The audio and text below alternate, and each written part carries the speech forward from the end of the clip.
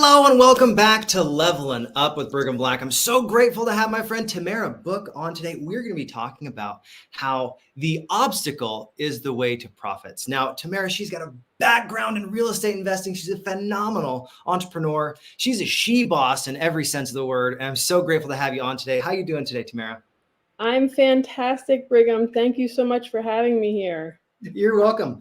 Well, tell me a little bit about why our audience needs to know your story, because I know you've got a wealth of experience in real estate, but tell us, like, what is the thing you're like, hey, you need to know this about me. This is cool. I'm gonna let you brag a bit. Yeah.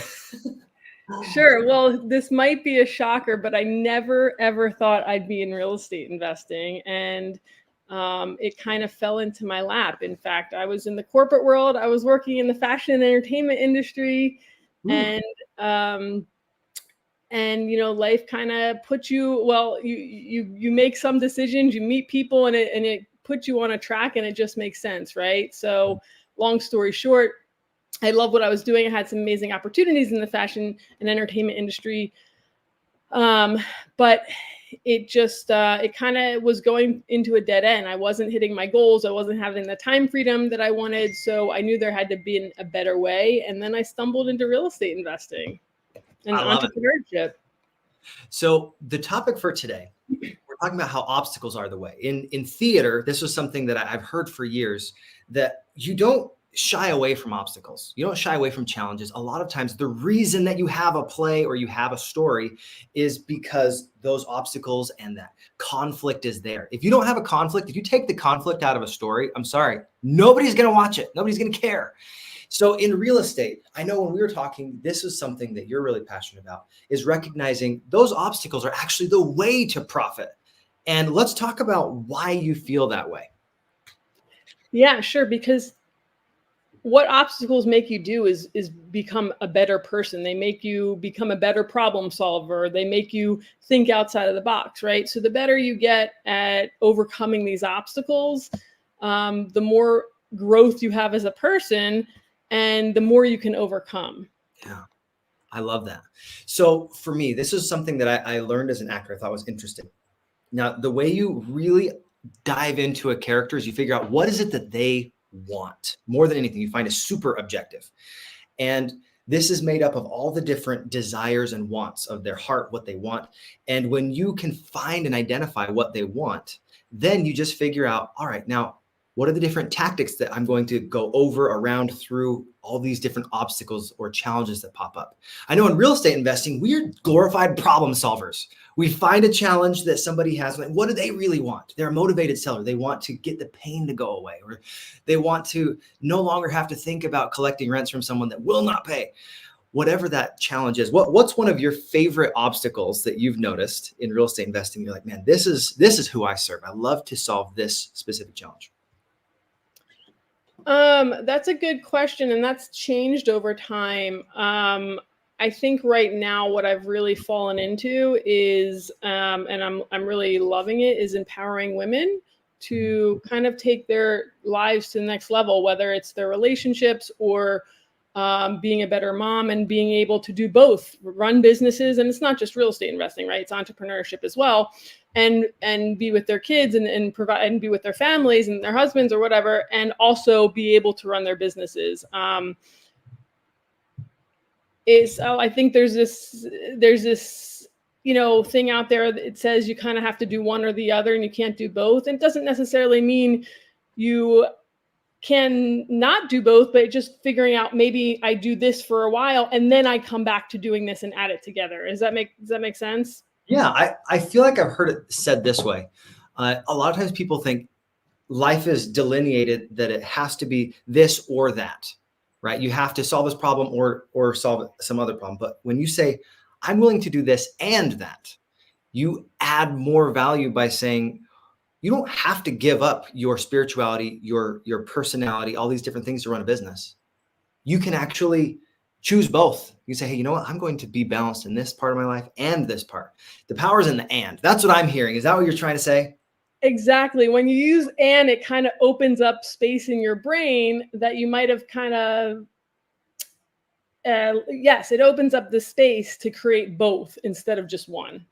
I love it. Now, when we're talking about obstacles, now real estate investing has thousands of different types of obstacles. Maybe you have a life change.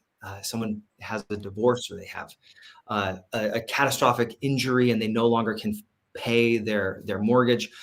What are some of the ways that you've been able to identify those types of challenges and then use that obstacle to be able to create profits? Sure. So you know this in our real estate world, the more knowledge you have, the more people you can help and the more problems you can solve, right? So what I found is just being able to connect the two. So if someone can no longer afford it, one time they could afford their payments on their mortgage, and then something changed in their life, like one person lost a job, the other person still has a job, or maybe they're just a single income family home, whatever, those changes happen. You find ways of, maybe you take over their mortgage, or you become the bank for them, and then you adjust, their payments so they can still stay in the house. And they just have to change some things around. So the payments, yeah. So creating seller finance options, something that you're like, well, this is what the challenge is. Maybe you're $200 or $300 off of being able to make that payment. You lengthen out how long their mortgage is by you basically refinancing them out and say, hey, this is going to be lucrative for me because now I can make some cash flow off of this property, and it's beneficial for them because now they get to stay in their property. I think that's a great way to solve problems and make win-win-win scenarios. That's huge. Exactly. And they don't have to uproot their lives. If they have kids, they don't have to change schools. In fact, we've worked, you've helped me run some numbers on deals on seller finance properties that I've done, just like that. So yeah, exactly. It's a great example. I love it. Now, one of the things that I think is really helpful, I come from a background in theater, in teaching. When you think about the public education system, I think in some respects it's broken, that people are like, oh, I have to be able to do this on my own. I can't ask help from other people. I can't go seek out mentors to help me on this test. But in reality, in life, every single time you have a challenge, you can reach out to somebody and say, hey, this is what the obstacle I'm facing is. How did you overcome this? What were some of the ways that I can run these numbers to make sure that I feel confident? And it's a collaboration rather than a competition. And I think part of the reason why we can be successful as real estate investors is because we surround ourselves with amazing people, mentors, practitioner instructors that absolutely know what they're doing. And then we can rely on that information, that specialized knowledge. So for you, when did you discover that you didn't have to do it on your own anymore and you could rely on other people? Yeah, well, let me hit on that first point for a second.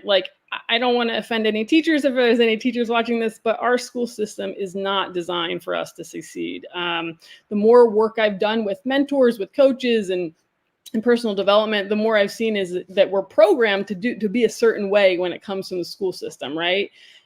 Exactly, exactly. Good job. Exactly. And it's not setting us up it doesn't work anymore. I don't know, it's just not working.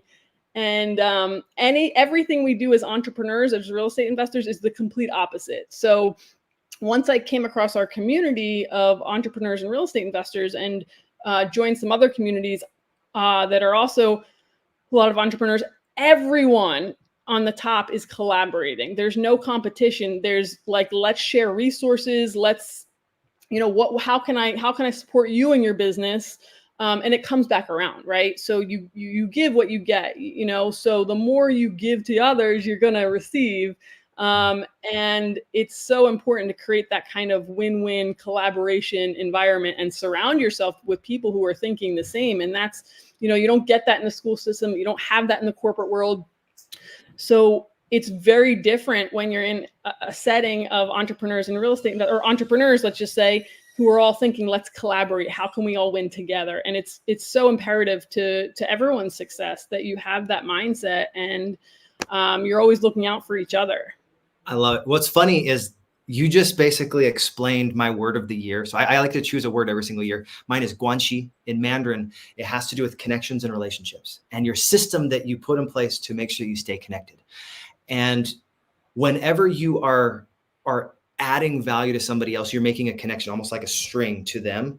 And every time you help them and they help you, that connection gets stronger. It's almost like you have a stronger and stronger rope to hold on. So if you fell off a cliff, you're like, oh, I have something that's sure and steadfast that I can climb back up. Whenever you are giving, you think about the value of what you give. I think if we are able to consistently help other people, not just by what we're learning, but by saying, hey, I'm going to share resources. I've got an idea. How could I help you here? And instead of thinking, hey, we have to compete all the time, what if we collaborated and you find ways to add value to so many different people? I mean, you've added value to my life so many different times. We've been on calls for the last 3 years. Most mornings I'll see you on there, and I really appreciate the insights that you share. And it's one of those things that when you realize you don't have to go at it alone in business, you actually, together, everyone achieves more. I like the little acronym team, right? Together, everyone achieves more. Every obstacle is an opportunity, and you don't have to do it by yourself. You know, in life, it's very different than school. School, you learn the lessons, you learn the lessons, you learn the lessons, you learn the lessons, and then you take a test. And in life, it's the opposite. You get tested, and then you're like, oh, now I learned this lesson from that test. And I think real estate investing, in business, in all that we do as a human being, we are often tested first, not after we've been developing for a while. So, Tamara, for you, what is one of the biggest tests that you've had? We could call it a learning opportunity in real estate investing that you're like, I'm so grateful I went through this because now I can share this valuable lesson with somebody else and they don't have to pay full price for it. Oh, it's hard to just dial it back into one thing. We'll say one or two. You can say two. No. I don't want to hit on something else. You brought up a really good point. But let me answer this first. So the biggest thing I could say is work on yourself, because I think the biggest obstacles I've had is getting in my own way, whether it's from past situations or just a mindset that I have to shift. I think once I've gotten those things clear and I've become the best version of myself, I can take on anything. You know what I mean? Any obstacle that comes my way, but you really have to be in that mindset and you have to do the work to get yourself ready for that. And I think that's really one of the most important things when you're taking on when you're getting ready to level up, you know, when you're getting ready to take on any new entrepreneur, anything new you're taking on, any new business. If you want to grow your real estate business, anything, you really have to be the best version of yourself. That's I found the biggest obstacles have been getting over stuff that I've had getting in my own way. And you know, something you brought up that's really important is we live in abundance, right? But we're not taught to live in abundance. We're taught to live in scarcity. Scarcity is there's not enough for you, Brigham, so I have to get there first and I have to get what I need and then you can get there. Exactly. Yeah. And it's such a terrible way of living. It's a terrible way of being. And that's what's taught in corporate. That's what's taught in schools. So once you can transition into being in abundance and everyone eats, everyone shares success, there's enough for everyone. It's a completely different world.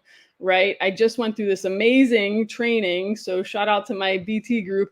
And we could not move forward in anything we did until we were all on the same page and we were all winning together. And it was such a powerful exercise because there were times where there was like 3-hour delays because we weren't all on the same page. We weren't all aligned. And it was really powerful when we all got each other and we stood for each other and got each other over that obstacle to the next part of where we had to be. So just being in an abundance mindset is so important. And, you know, I think on a bigger scale, we wouldn't have nearly as many problems in the world, like all the craziness that we're living through right now. It wouldn't be there if we were of more of an abundance mindset. Like these wars, like, you know, it's all because people are in scarcity, right? We can't be in the same place. There's not enough.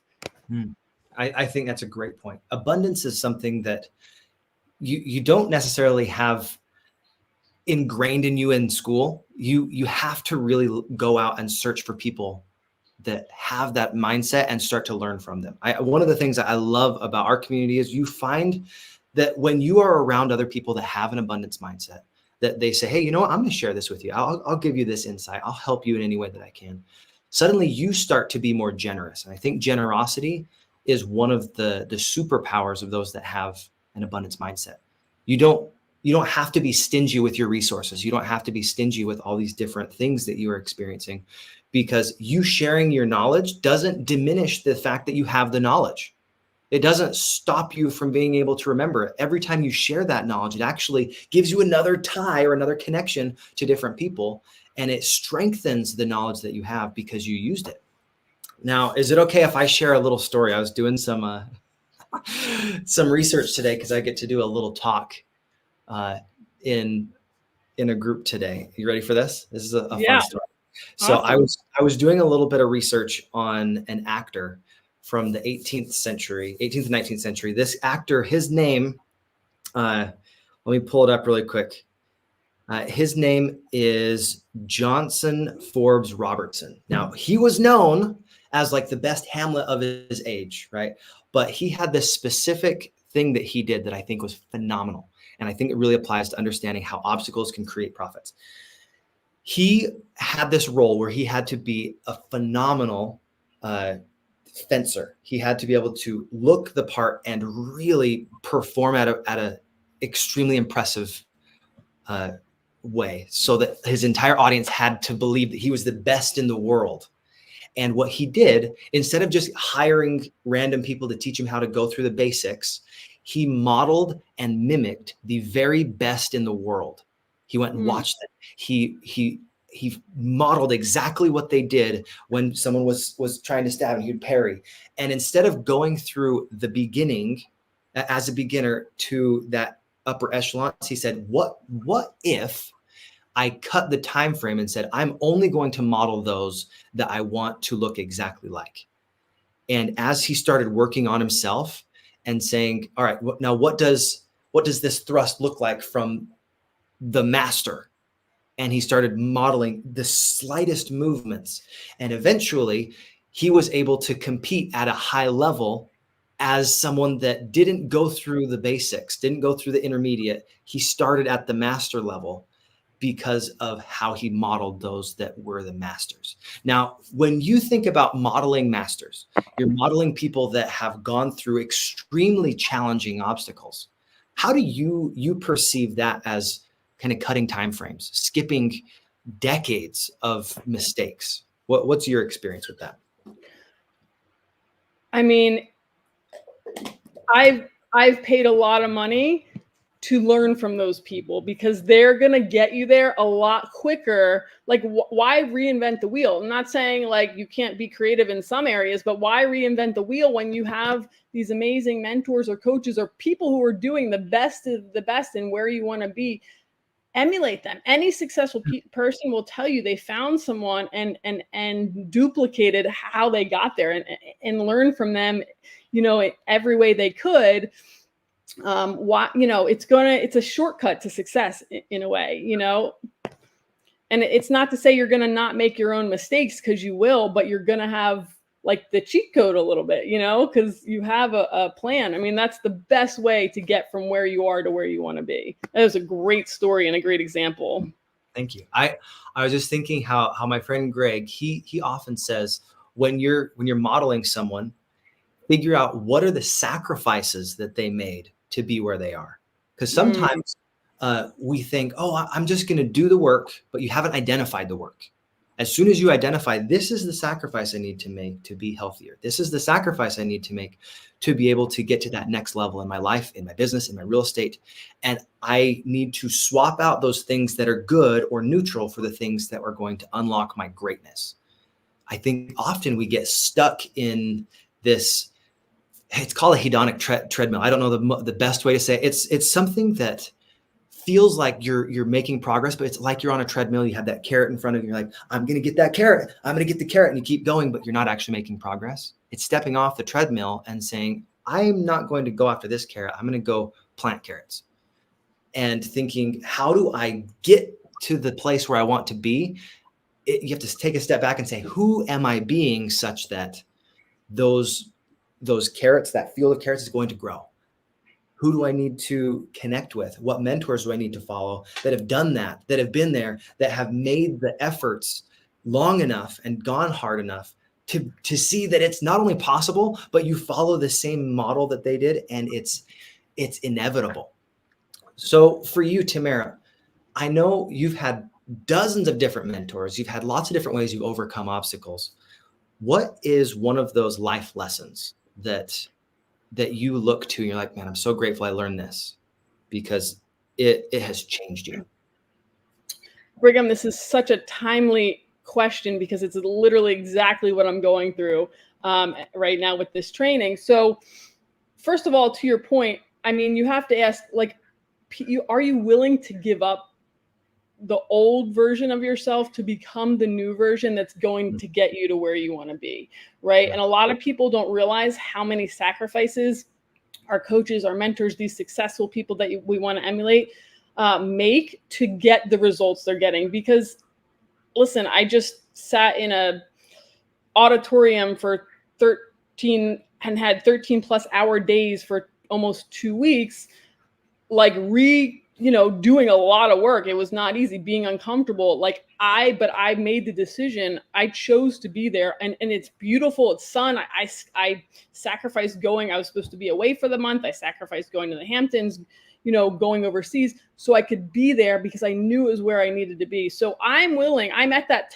point in life. I wasn't always there, but I'm willing to make these sacrifices, and I have to so I think that's one of the biggest things is we have to, people have to decide, are you willing to make the sacrifices? I was away from my friends. I was away from my family, and I was doing a lot of work. You know what I mean? It wasn't like we were just sitting there enjoying the beach or, enjoying the air conditioning. Like, it was nonstop work, and it was not easy. So I think that's one of the biggest things is people don't realize how much sacrifice people have to take to get to the next level and where you want to be. So that's one of the biggest things you have to ask yourself is, are you willing to make those sacrifices? Because a lot of times people just aren't, or they're just not ready for it, right? You really, you talk about being, you have to be in a place, in a mindset, and you have to be open to do what it takes to get to the next level. So what was the other question you had?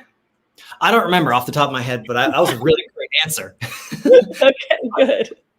One of the life lessons, I think, is what it really comes down to. But it sounds like your life lesson is you need to figure out what sacrifices you're willing, not just able to, but willing to make, because you have to be ready, able, and willing. Like, hey, I'm ready to make the sacrifice. I'm able to make the sacrifice, but if you're not willing, I'm sorry, you're not going to do it. How many of us at times feel like, hey, I know I want to go and learn this skill, or I want to improve my health, or I want whatever that thing is that you set at the beginning of the year, those New Year's lies, or what do they call those? The New Year's resolutions. Whenever it is that you set those, you have to think, am I actually ready, able, and willing to do that? Because if you're not, it's just a pipe dream. But as soon as you say, I am absolutely committed to this, you can't commit yourself to everything, but you can choose to commit yourself to the one thing that you are most passionate about. You just nailed it. It all comes down to it. Are you committed? Because if you're not committed, like I was committed to being at this training this past week. If I wasn't, there's no way. It was freaking challenging. I mean, there's no way. If you're not committed to your goals, to your dreams, to your vision, you're just not going to make it. It's going to be a pipe dream, like you said. So it really comes down to the commitment that you're willing to, and the sacrifices that you're willing to make to get yourself to the next level. And if you're not ready, it's just not going to be the right time. And it doesn't mean it's never going to come. It just means it's not the right time, because you have to be willing to do the things and deal with the stuff and put in the work, This reminds me of how I learned Mandarin. Sometimes we think about going and learning something completely new to us that's foreign, like a foreign language. And because it's absolutely different, it's a new way of thinking, a new model to look through the world and a new lens. We don't take the time necessary to be a beginner. And in the beginning, be a beginner, but model those people, especially in Mandarin or any really challenging language, model those people that actually know the language. Don't just listen to somebody that knows 3 or 4 words. You listen to the people that are proficient. And when you have someone that is proficient and they're a practitioner, there is a confidence that comes, and there is an ability to open up and to be vulnerable. Because as someone that is learning anything new, you have to choose to rumble with vulnerability. I love Brene Brown's words there. But rumbling with vulnerability, saying, you have the chance to hurt me, Mr. Teacher, that is helping me understand Mandarin, because you could tell me this means one thing, but it actually means something else. You could say, hey, this is a banana, but it actually means sexual intercourse. And if you think that's really an odd example, that actually happened to me, and go watch my YouTube channel. I've got a whole, I thought it was a banana. Yeah, go watch that little stand-up bit that I did. It was hilarious. But sometimes you make mistakes and they're unintentional. And sometimes people are rude to you. So you have to figure out, do I trust this person? Do I like them? Do I know them well enough to say, they are a great model, and I am going to model what they do? Because that's the only reason you choose a coach or a mentor, is they have something that you want. It could be a lifestyle that you enjoy, or a community that you're like, man, they have such a great support system, or they have a system they're like, I know if I plug into that system, I'm going to get great results. Or they have an admiration that they have people that look to them and they praise them and they give them all these different things, or they have proof that it works time and time and time again. All of these different models. So Tamara, I know you've got some ideas off the top of your head. I want to give you a moment to speak, and I'm going to ask you another question. Go ahead. Yeah, I just had something in my mind and I lost it. It'll come back to me. Oh shoot, keep going. It'll come back to me. I had a really. When you are selecting the people to model, I really do think it comes down to, do they have what you want, and are they being who you believe they are supposed to be? My friend Greg says, there's only 2 things that people really want to know about you and your business. Are you who you say you are? And do you do what you say you'll do? That's it. And then you just iterate that over and over and over, and you build confidence. And then as people build that know, like, and trust factor, you're able to add more and more value. So look like you got your idea. Go. Yes, that's really true. Like you you have to connect. You have, obviously, the mentor or the coach that you're working with has, like, the reason I got into the training is because the mentor that brought me this training has the results that I want. So she basically was like, listen, I have this ticket for you, pick the dates, right? And I that's why I moved all the things around that I did to get to this training, because she is, really emulating the life that I want to work towards. So you have to have that connection, you have to have that vision, and you definitely have to be aligned with the person that you're coaching with or mentoring with. That's super important, because if you're not, and listen, I've had a lot of coaches and mentors, and I truly believe that whoever was coaching me or mentoring me at the time was meant, that was who I was meant to be coaching with at the time. And it's not a bad thing. You do outgrow people. It's not a bad thing. And I think the important thing is to be grateful for the time and the experience and what you learn from that person. And sometimes, they stay, I'm in touch with mentors I've had when I was, like 15, 13 years old, like, and just people that I looked up to, and sometimes you keep that connection until sometimes you don't. And it's just important to be grateful for what you got from them, because I truly believe that everyone comes into your life for a reason. And those people are definitely there for a reason. And it's great to have people like that. I think coaches and mentors are so important, whether it was sports or business. Literally, I was just thinking about this since 3rd grade, I've had some kind of coach or mentor, and it's been such an important part of my life and my success, like a pivotal part of my success. So Tamara, this was one of the coolest distinctions that popped into my head while you just shared that. I'm reading a book. I had Joan Robinson on my podcast the other day, and my favorite part of her book, she talked about the difference between coaching and training. And this is exactly relevant to what you're just talking about. Coaching is basically saying, you know what? I'm going to draw greatness out of you. I'm going to extract what is inside of you, find the juice that is going to create your superpower. And it's like pulling things out of a person rather than filling a person up. Whereas training is filling that person up, giving them more experience, having their cup overflow with ideas and skills and an understanding. And that distinction of figuring out, is this person going to fill me up, right? Or is this a training that's going to be filling me up so that I can now go do more? Or is this someone that's going to squeeze out of me the things that I already have inside of me?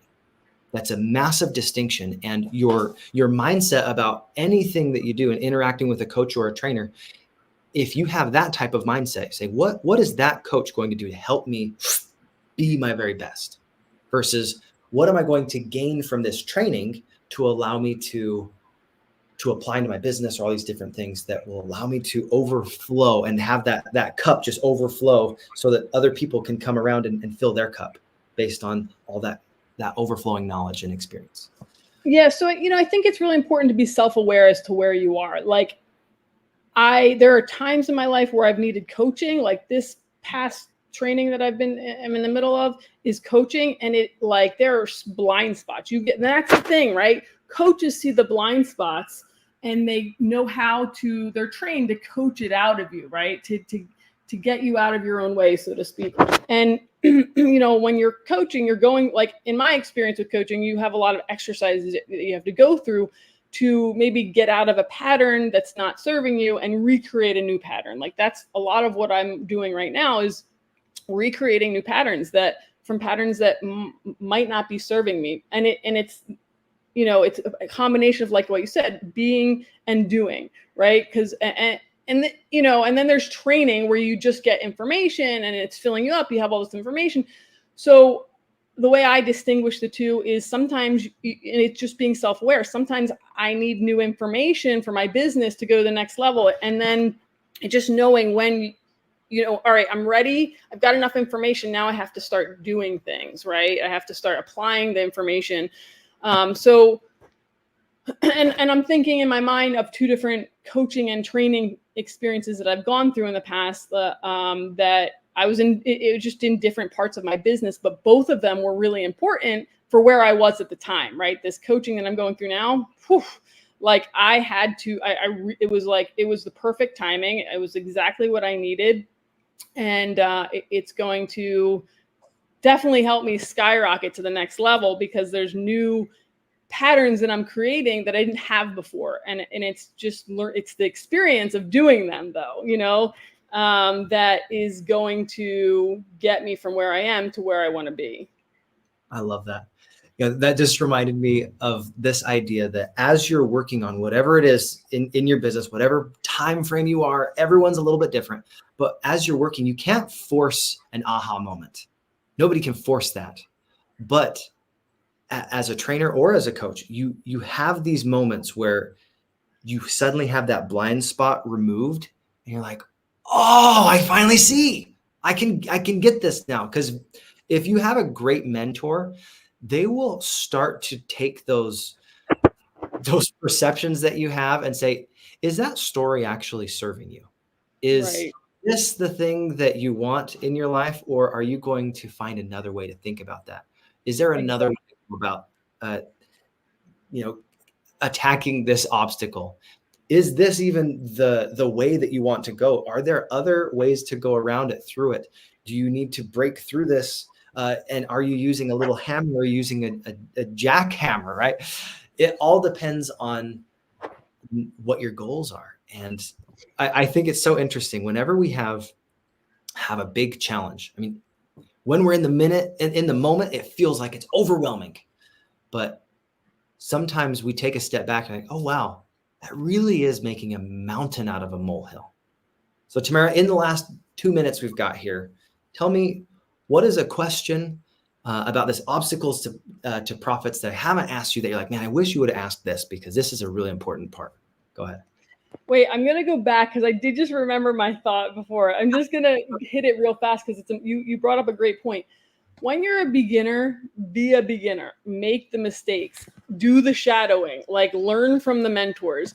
a lot of entrepreneurs come into being an entrepreneur or a real estate investor and they want the results right away. Like I did that. Like I came in thinking, oh, I'm going to crush it. I'm going to be most successful. I'm giving it a month. You know what I mean? And it's just not realistic. Here I am 9 years later and I'm, I finally am like, all right, I gotta be where I am right now and enjoy and trust the process of where I am so I can grow to the next level. But I have to be where I am and I have to be present to where I am and the things I'm learning and the skills that I'm developing. And if I'm not present, if I'm not present to where I am, then I'm going to miss the opportunities that are going to help me get to the next level. Right. So, and that has been patience has been something I've been working on. It's not the best for me. But the more I've become, and that's, we're so aligned in our language and our thinking, Brigham, the more I've become patient, the more the beautiful things that I've become aware to. And when I'm not patient, I miss out on that stuff. When I'm not present to what's currently going on in my journey and I'm too focused on the future, I've missed out on so much because of that. So I know it's hard to be present. It is the most challenging thing for me. And I'm finally learning to become more present and be in the moment. And it's unlocked a whole new world and a whole new world of blessings for me. So that's so important. And it's applicable to life, right? It's not just being an entrepreneur, it's life. Just be present in the moment and be grateful for where you are, because you're never going to get that time frame back again, right? And if you miss that and you aren't present to where you are, you're going to miss all your blessings. So I really had to hit that because it was really important. And That's beautiful. I think that's a great way to put a little bow on the end of this conversation. Thanks so much, guys. I really do feel like those obstacles, if you learn how to improve your articulation of the challenge or the problem, people will already assume you know how to solve it. That's something I've learned from multiple people, that as soon as you can really articulate, this is the challenge you're experiencing, is that right? Suddenly they can say, oh, he understands me. I get this. She understands what I'm going for. And it opens up tons of new doors. So once again, thank you so much, Tamara, for sharing this time with us, sharing some heartbeats. It was so great to hear your insights and your experience. How do people find you online? And then we'll sign off. Brigham, you bring so much value to the world. In any environment I've seen you in, you're just bringing value and joy. You've got such a great joy that you spread with people. So thank you. It's always refreshing, and keep sharing your joy. So I'm on Facebook. I'm on Instagram as Dynasty Business Development, and you can look me up, Tamara Book. I'd love to connect with people, and anything I can do to help or add value to people's lives, I'm always happy to do so. Awesome. Well, thank you so much, Tamara. We'll see you again soon. And God bless, guys. Have a great rest of your day and keep leveling up your life.